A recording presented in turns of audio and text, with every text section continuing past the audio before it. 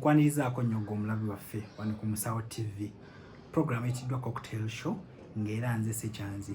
Olwaleero nno neegatiddwako Lord Mayor to be Emmanuel Moses Ssenyonga era nga omwami ono nga bw'omulaba omusajja awoomedde olunaku. Tukolanyiriza nnyo Lord Mayor. Tebandya. Tebajja kukola. So Lord Mayor omwami ow'ekitiibwa Mathias Mpuuga akiikirira eri ewaffe Mukono Masaka Munyendo Mukungwe ayina amendments zeyaleese ng'era ayagala wabeewo ebikyukibwamu naddala mu nsonga z'okulonda. Ku bino nno ku bingi naye ngenda kusomera kimu ku kimu obeere nga otwa opinion yo gwenga kakensa ate akola research. Pozi bw'oba oyagadde okuwandiikako mukama wange ebaaweeruli basomye n'ennoni weeziri mukama wange. Amin. Kakati mukulu Mathias Mpuuga agamba nti ayagala kuzzaawo presidential term limits. Omukulembeze w'eggwanga afugira ekiseera ekigere n'ava ku term limits. Simanyi zaavaawo ebiseera bino. So mukulu Lord Mayor to be abantu baffe kino kirowoozaako ki ekyokuzzaawo term limits? Abandaba wano ku Musawo TV mu program The Cocktail babuuzaako nze Emmanuel Moses Ssenyonga oba gwe gomanyi nga Naikotodan ndi ne Dr. Sekyanzi. Amendments za mwami Mathias Mpuuga, we just know that government zensi zonna generally teri kintu kyezikola nga tezikalitulatinze in their own favor. Kati okusookera ddala term limits. Term limits luli yali ezibira oba eziiza government eri mbuyinza obutakola extension. Naye kati right now mu kali akaseera Honorable Mathias Mpuuga yali ku opposition. Kati right now yadda mu government. Kiba kitegeeza DP tekyali Democratic Party kati yafuuka direct resistance movement. Bw'olaba ekibiina ky'opposition ekyamaanyi nga kirwanyisibwa ate ebibiina ebigamba nti by'opposition nga ate byali badde birwanyisa incumbent government, eyo eba efuuse direct resistance movement. Dr. Bimanyi kati wabaawo acid ali konko awona ali dilute kati dilute resistance movement. Kati term limit bagikomezaawo nti basobola okutegeka akalulu intentionally ne bagamba nti opposition yewangudde.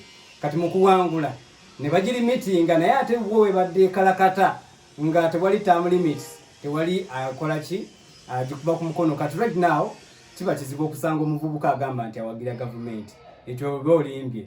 Kiba kizibu nnyo okugamba okusanga omuvubuka nga ayogera ebirungi ebiri ku government. Abavubuka bali bubi. Kati ekyo kya term limits bakikomezaawo kuba abantu mu matu gaabwe kyebagala obulira naye intention yaabwe basobola okukikola intended nti opposition ewangule bamale bagiri meeting ku kyaki ku kyekisanja.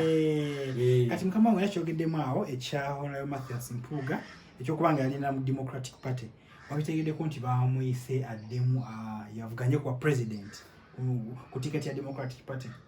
Kali akalulu akaggwa government yalaba nti NUP erina amaanyi mangi. FDC, whenever you hear the name FDC, omuntu yenna amanyi politics tagenda kulaba kitebe kyennajja nankumbi, agenda kulaba Dr. Kanokiza Besigye. Ebyobufuzi bya Uganda tebinaba kufuuka dominant nga bw'olaba mu US nti balina Democratic Party balina ne Republican ebiri dominant. Ne bw'oba ozizze ng'olina erinnya lyo olina okubaako okola ki osaidinga kwebyo ebibiina ebyamaanyi ebibiri. Naye kati right now wano mu Africa wano mu Uganda dominance eri driven by divinity. Wabaako omuntu gwe basiima ekibiina ne kijja luvannyuma walaba Balamu yabba people power ya Bobi Wine naleeta Nuupu. Abantu bagoberera people power ya Balamu oba bagoberera Nuupu. Kiba kitegeeza waliwo divinity waliwo amaanyi ag'enjawulo kitegeera.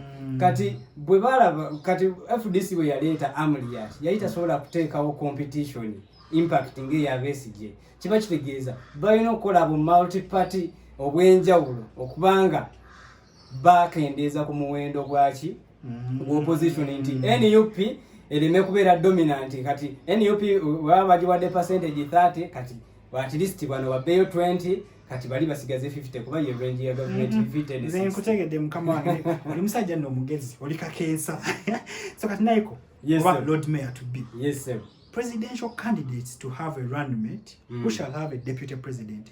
Kyolooza bakijja America kuba ndaba agenda okulaba nti ate tulina Trump, Pence, nga tulina Biden, Harris, nga bo kirabaka nga bw'ojja kuba president ojja ne running mate. Bagala kyetawa ne Uganda. Bagambe nti okemwayi Museveni abajja nti Museveni Balaam. Okyogerako kyekyo. Kati ekyo kyo tebaki wana amawanga g'abannakyemalira tebasobola kupa by'abazungu kuba kati bw'olaba trend eriko mu US eya Trump okwogera nga alwanirira pets, cats and dogs. Wano ate Uganda tetunnatuuka bw'olaba eggwanga nga liri so attached ku bintu ebisolo ng'ebyo omanya basooka ne batereza ebyenfuna naye kati wano bw'okyogerako nti embwa ya gundi bagikonye wali teryakufaako kuba abantu baavu naye kati bali abantu bafuuka emotional gundi standards of living ziba high bafuna obudde bulowooza ku bintu ebirala naye kati wano omuntu tabanaka abuntu olaba omuzungu alemererwa okuwangula omupiira n'akaaba amaziga naye kati wano mitima gyakaloba abantu bakulidde mu maka gaavu tonema wejja alemwa penalty natambula butambuzi nagenda kati ekyo bakikoze kuteekawo kavuyo nga bolaba kali South Sudan Riek Machar ne Salva Kiir nti okuteekawo government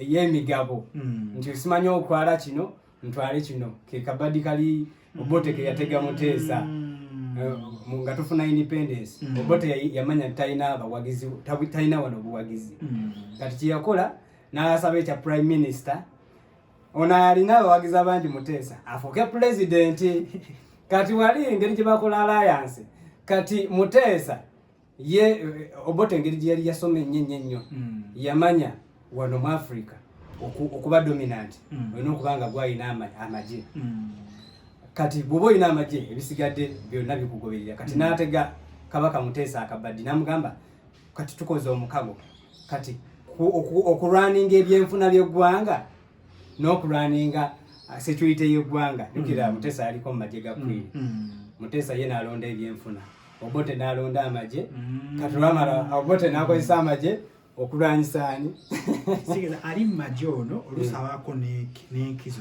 wano mu Africa aba n'enkizo kuba amagye gegafuga buli kimu naye atogera okulaba mu nsi ezo nga America nti president ajja okuba alina kyatiisa naye nga amagye tegakkirizagana nakyo ojja kwekanga nga n'abakulira amagye beeri tetubamanyi kitegeera cause system amagye gakola gwabwe ne leadership obukulembeze bukwasaganyizibwa abantu batuufu. Mukama wange ekyokusatu omukulu Mathias Mpuuga kyeyaleese era nga njagala nakyo kikubaganyeko ebirowoozo nti introduce a second tier of parliament with 39 MPs from the original 39 districts of Uganda. The deputy president shall be its head. Asema baagala nnyonnyole mu kaawo naye ng'agamba kaddemu mu Luganda ko bwe twaliri mu ntandikwa nga district ziri 39 nze ne nasomera primary batera tuwuliza district ziri mmeka zaali ziri 56 kimayi gwe wasomera oluusi zaali zitandise okuzaali mu 10 so mu kaseera mpaweka agaza adduka naye agamba tuddeyo ko ziri district twaliko nga district wa member parliament omu ngera bagenda kwa bakulirwa deputy president ono agenda okulwaninga ne presidential candidate kyogereko mukama wange ekyo era boddayo wali bwe nagambye ebya Muteesa n'Obote naliko nga ndaba 2 years back nalaba Pastor Moses Solomon Malenga nnyonnyola akalulu k'omukinana Obote yaddiranga ebitundu gy'atalina buwagizi kati nga wano mu Buganda nga ki district akisala kinene okitegeera kati ate eri gy'alina obuwagizi nga bukusalanga bungi kibakitegeeza balina political stands ez'enjawulo jukira eri akalulu bakalangiriranga bwe bati tebagamba nti gondi afunye bwe buti basomanga linnya za district kati gwe ng'owulira district nga nyengi Adjumani Obote Moyo Kabongo Obote kati nga basoma Masaka nti Kawanga Semwogerera awangudde naye nga bakoma tebalaga figures okitegeera kati gwe muwuliriza ogamba gundi awangudde Masaka yokka naye nga bw'oba ogenze ku population y'eri gye bakutudde already bali buli mu 100 bano bali mitwalo na mitwalo ate ne bateekawo n'ekiragiro nti Radio Uganda yinokola ki okulangirira mu kulangirira akalulu ne bakuba emizingo okumala eddakiika nga 15 so that abantu tebakola ki tebaleetawo kayosi. Kati okuddayo eyo bwagamba nti tuddeyo abakozi ekyasa Apollo Kaggwa kye yakola Obuganda yatunda Obuganda mikono gy'abazungu okitegeera. Ate kiba kibi nnyo kubanga omukulu nga Mathias Mpuuga yakoze ekintu ng'ekyo yali abaweerezaako emmengo kuba bakomyawo ekyo ekintu kiba kitegeeza district ezitayagala gavumenti eriko ze zigenda onyigirizibwa nfuna bulungi ziri zo zigenda sigala nga buli kimu kitambula nga bwe kibadde kitambula nti wano mu Buganda gavumenti bwetalina buwagizi wagenda baagala okudisorganizinga bafishingemu figures ezisobola okubanga ziyambako okuriginga akalulu. Omanyi wabeerawo abantu nga bali influential nga naye wabeerawo n'extent nga tasobola ku influencinga muntu kukyuka. Katulaba Mathias Mpuuga ali influential naye kusinziira ku manyanga gwe yakola bamanye ekituufu tasobola ku influencinga abantu naye basobola omukozesa nga face of chaos bo ne batabula eno ne bagamba Mpuuga yavaayo era twawangudde naye nga amazima go gali nti bakikoze kuddamu ku nafuya ziri district zabanga zitasidinga na gavumenti. Mukama wange yesebo baagala kendeeza size ya parliament edde ku babaka 292 ekyo ya amendment eyokuna omukolo ne gyaleso girowoozaako ki okukendeeza ababaka jjukira kati right now government ezannya akazannyo ng'eri rational ekozesa logic. Kati bwoba wetegereza ebintu byonna byekola esooka kusinziira ku bantu biki bye bawulira nesooka n'ebikolako analysis engeri gyenaabitabulatabula okulowoozesa abantu nti nno be basazeewo. Kati ekintu kati nze mbadde engobe ya cabinet ya president ebadde efuluma buli kaseera waliwo wadde baministers bakyuka naye waliwo baministers abatakyuka. Kati omanya abo bali loyo kati ebyo bifo ino bibala nti byo tebigenda kola kikukwatibwako era bwe bagenda okendeeza ojja kwekanganga bali wano mu central. Central kuba kati central bwe bwanga opposition yagiwangula ne district eri ewaffe gye tuva omanyi Yerengo Bobi Wine yawangulirayo ate nga Kano Besigye yali tasobola kuwangulayo. Kati balina okusooka ne banafuya wano gundi pillars eziri strong eri bavuyange nga bwekola iki bagadde. Mukama wange omukulu agamba allow ordinary voters to challenge in courts the presidential election results. Nti omuntu wa bulijjo nganze nti nsobola okuvaayo ne ngamba ebyavudde mu kalulu sikiriziganya nabyo okirowoozaako kyekyo. Mbulirayo balooya basatu bana mu ggwanga abatawagira gavumenti abasinza ogichallenginga babiri bw'omanyi nga balooya emisango gino egy'obululu kozi tubalina balooya nga bali vibrant nga baweza emisango naye mbulirayo nga babiri basatu Lord Mayor ate omulala Medad Segona Amaggwa Nicholas Opio bangi misango emeka gye bawangulidde gavumenti mu kooti tebannaba nnyo okuwangula babadde bawabanga nga bachallenginga badde bachallenginga be basomerera kati badde balemerera bo be basomerera kati ate omuntu wa bulijjo atabimanyi nabimanya already bagenda osala omusango ekintu kiba scripted baba bamanyi ono yagenda okola ki kati musooke mukitwale bwe muti mukivuunike bwe muti. Mukama wange ekyomukaaga kikino presidential election results for each district be declared at a district before transmission to National Tally Center. Kyekiri ekyobote ne Muteesa bwe bakola bu district mu northern nga bungi n'ebitundu ebyagala obote nga bungi usanga district ngerimu abantu 100 district ngerimu abantu 200 ate district wano mu central erimu abantu abangi emitwalo n'emitwalo ngerimu ki kuba kati bagenda kuba baleyinze leadership structure ng'erina numbers nti district gundi kati ate zino bagambye wali bagenda zigatta okitegeera kiba kitegeeza luli okuwangula baali bagamba district yawangudde district bweti ne bweti bagenda kuba ba multiplying numbers zine nyingi ez'abakulembeze baabwe mu district eziyinamu obuwagizi jukira ate ziri district ezitaagala government bagenda kuddamu bazigatte zibeere wamu nga wavayo representative omu oba babiri kati bali babakubire wali mu numbers district nga ziri bagambe district ziri 17 kale ziri 15 gavumenti ewanguddeko 130 kati buli babubawe obutalaganya ekifaananyi kibi nti bakoze eki banyaguludde eggwanga. Mukama akasembayo kaakano, allow prisoners and Ugandans in the diaspora to vote.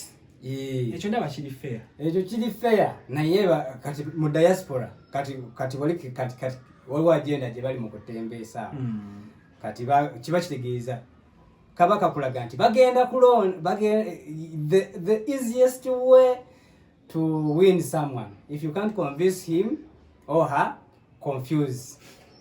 Kiba kitegeeza tewali muntu ali mu diaspora atayagala kulonda naye agenda kulondesa ballot. Kati that is the smartest way how they gonna introduce okulonda okuli electronic basooke bavulunga akalwa awulire embaga. Kama nga tumaliriza, yes, bwe mpuliriza bino byonna by'oyogedde ondabikiranga agamba nti enteekateeka eno teze mutima mulungi. Teze na mutima mulungi era mbali yalanga tumaliriza otubuulire ki ekirina okukolebwa. Ekirina okukolebwa katika abantu babeere n'amagezi.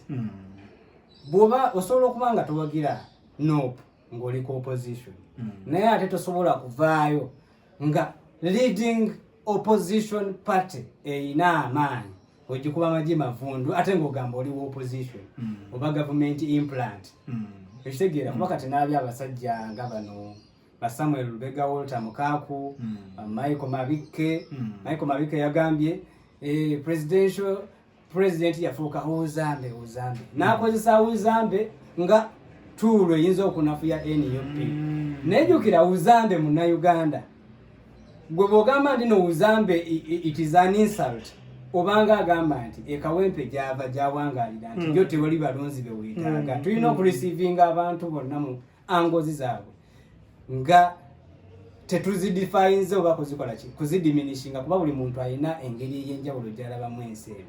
Mukama wange abantu abuli ekigambo kye kisembayo tujja gwe mulonzi gwe mulodi akabonero World Cup Emmanuel Moses Senyonga ngenda kuba mbanyonyola nyino babuusa kuba kati media tekyali mu under monopoly powers ne wanaateeka omisolo ku TikTok n'abanga DSTV tujja boganira naye nga tubawoganira lwa nsonga so si kuba nti tulabibwa mu kamera. Weewaawo tukwaniriza nnyo era tukwebaza nnyo mukama wange olwakadde kotuwadde. Nange kumpadde kekasinga obulungi. Thank you very much. Mwe abalabi ba Musawo TV Cocktail Show. Ogazo bimirwe mweyongere okujja enjoyinga ne wiiki ejja tukomawo tulinde. Ogezo ogaana okubaako ojja kumbulira lwaki